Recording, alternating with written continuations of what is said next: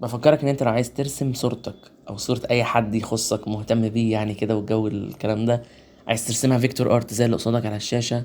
عندك صورة ليك حلوة اتصورتها بس عايز تعملها ايديت زي اللي قصادك على الشاشة ده. ببساطة ادخل كلمني دلوقتي على الانستجرام، اللينك بتاعي تحت في الديسكريبشن. كلمني على الانستجرام، بعت لي الصورة، بعت لك الايديت، احنا اتنين اتبسطنا. بس كده. والسلام عليكم ورحمه الله وبركاته، اهلا بيكم النهارده في فيديو جديد على قناه يوسف تي او تي. في فيديو النهارده ان شاء الله هنشوف ازاي نعمل التصميم اللي قدامكم على الشاشه ده، واقول لك ببساطه كون مخادع. كل اللي عليك تعمله هو صلي على النبي وتابع معايا الفيديو.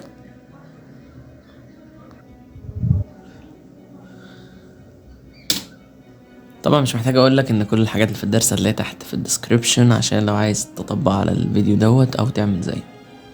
اوكي، زي ما قريت في اسم الفيديو او زي ما قلت لك في الاول، انا جاي اقول لك النهارده كون او خليك مخادع. ماذا يعني بحق الجحيم؟ شوف يا سيدي، اما بنبتدي نتعلم في اي حاجة في اي مجال، لسه داخلين مجال التصميم زي مجالنا ده، اي حد داخل في اي مجال بيبقى عايز يجيب كل الحاجات بتاعت المجال ده. يعني داخل مجال الرسم عايز يجيب كل انواع السكتشات وكل انواع الاقلام وكل انواع الالوان. هنا في مجال التصميم عايز يحمل كل فرش الدنيا، عايز يحمل كل الملحقات، عايز يبقى عنده كذا وكذا وكذا. شوف، من واقع خبرتي اللي الحمد لله دلوقتي عمرها طويل،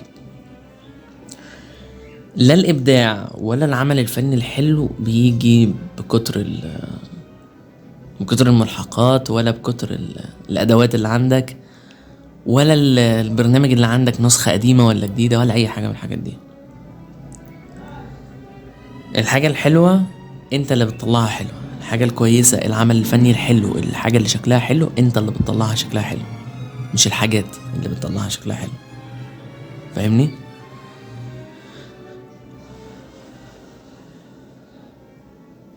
يعني ايه يكون مخادع؟ يعني ببساطة انا جاي اقولك انه بأقل حاجة عندك اقنعني وانا شايف عملك الفني ده انه مليان حاجات كتير.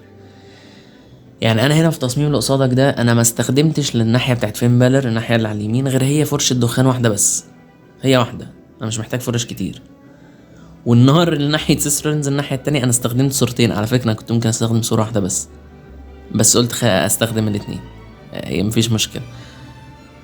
انه انا مش محتاج عدة كتير، مش محتاج حاجات كتير. المهم انه اللي هيشوف صورتي في الاخر او اللي هيشوف تصميمي في الاخر هو مش هيعرف ان انا استخدمت صورة واحدة. ده بيقع عليا انا بقى، ده الحكاية دي اللي في ايدي انا، ان انا ازاي بحاجة واحدة اقدر استخدمها كذا استخدام واقنعك ان انا استخدمت اكتر من واحدة. فاهمني؟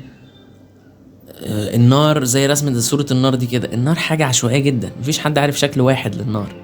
لكن اللي عليا انا عملته انه ايه، اعدلها شوية، اعوجها شوية، امطها سيكة، اطلعها فوق، انزلها تحت.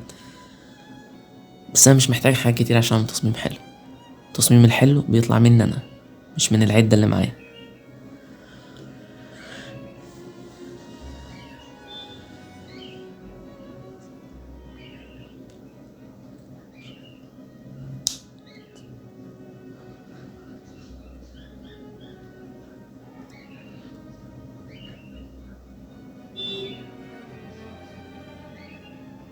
في 300 طريقة اعمل بيها الاضاءة او انعكاس الاضاءة اللي على الاجسام اللي احنا بنعمله ده. اختار الطريقة الاسهل ليك، اختار الطريقة اللي بتحبها انت. فاهم؟ مفيش طريقة بروفيشنال وطريقة تانية مبتدئة. هو بس في الاخر انه النتيجة النهائية تطلع بالشكل اللي يرضيك انت اول حاجة وترضي عينك انت اول حاجة، هترضيني انا. فاهمني؟ فمش محتاج رزمة ملحقات، مش محتاج تشتري ملحقات، بالذات حكاية تشتري دي بالذات، ان انت فاكر انت لو اشتريت ملحقات انت تصميماتك هتبقى احلى. لا، that's a big lie. بيضحكوا عليك، بيضحكوا عليك. فاهمني؟ لكن انت اللي في ايدك تعمل التصميم الحلو. بس كده.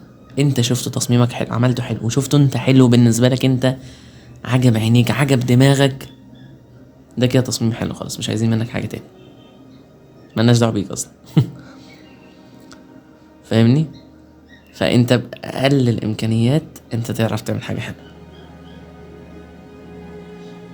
في رسومات كتير قوي لو انتهى كلها بفرشه واحده بس طلعت اكتر من تاثير بنفس الفرشه الواحده دي، مش محتاج كذا فرشه. فاهمني؟ انه كل رسوماتي تقريبا برسمها بفرشه واحده، بس محدش يعرف انت رسمها بفرشه واحده. محدش يعرف ان انت في الصور هنا كل التأثيرات اللي انت عاملها دي كلها دي هي صورة واحدة بس في الاخر.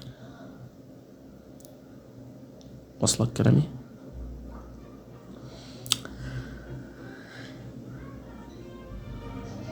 مفيش حاجة هي اللي بتسبب ابداع. فاهم؟ اعمل الحاجة اللي تعجبك انت وتبسطك انت، تخلي عينك انت مبسوطة بيها مستريحة بيها وبس.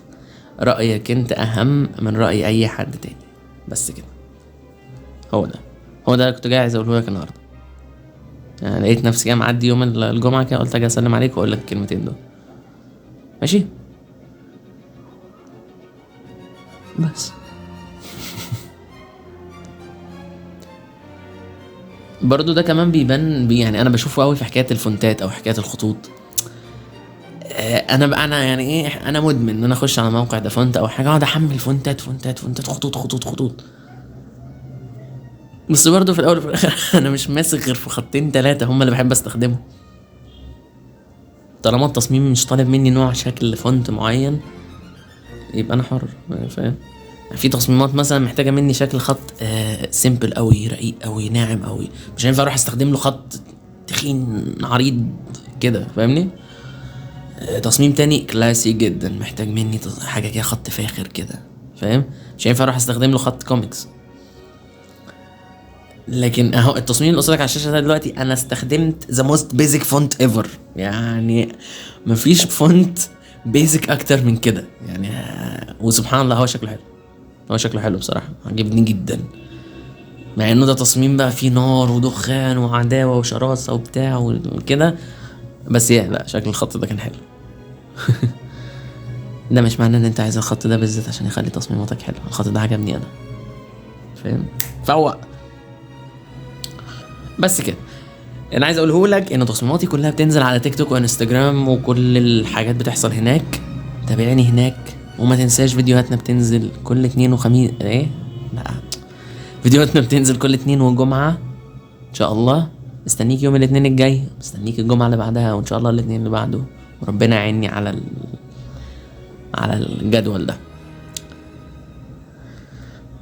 وما تنساش لو عايز ترسم صورة ليك او تعمل اديت كلمني على الانستجرام @يوسفتي. كل اللينكات بتاعتي هتلاقيها تحت في الديسكريبشن. بس كده، مش عارف عايز اقول حاجة تانية ولا ما اعتقدش. خلاص كده. كان معكم يوسف محمد من قناة يوسف تي يو تي. ما تنساش تعمل لايك للفيديو عشان ده بيخليني اتبسط بصراحة. عدد اللايكات ده واشوف كده الناس دي اتبسطت. سلام.